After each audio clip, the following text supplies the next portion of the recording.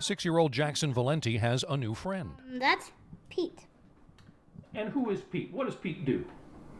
When he talks. Let's try another one. Pete does talk, but Jackson's autism did not let him talk much, not until Pete moved in a few months ago. Communicating with people was really hard for him, and Pete has allowed him to open up and just be himself. Are you ready?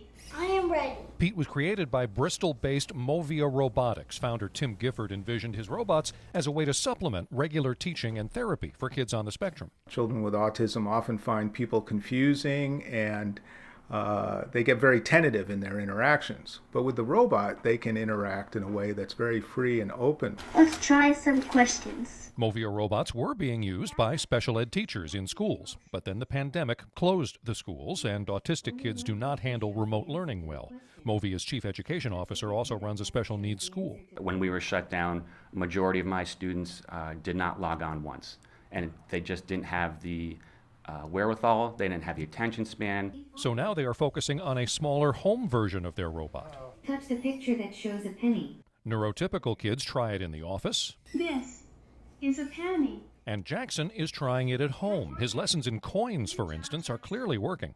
You got the penny. What else? Nickel, Yep. quarter, and dime. And the lessons have Jackson talking more to his family, too. After a few weeks with Pete, Jackson said something he never had before. He just came over and he said, "Mom, I love you."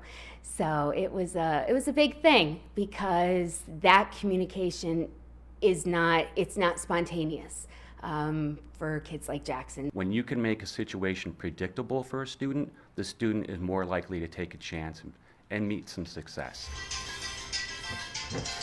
That kind of success is more important than ever in the isolation of a pandemic. So is having a friend. Is Pete your friend? Yeah. Also important is hearing "I love you, Mommy" for the first time. For him to just come over and say that spontaneous thing, especially that to a mom, it was a great thing.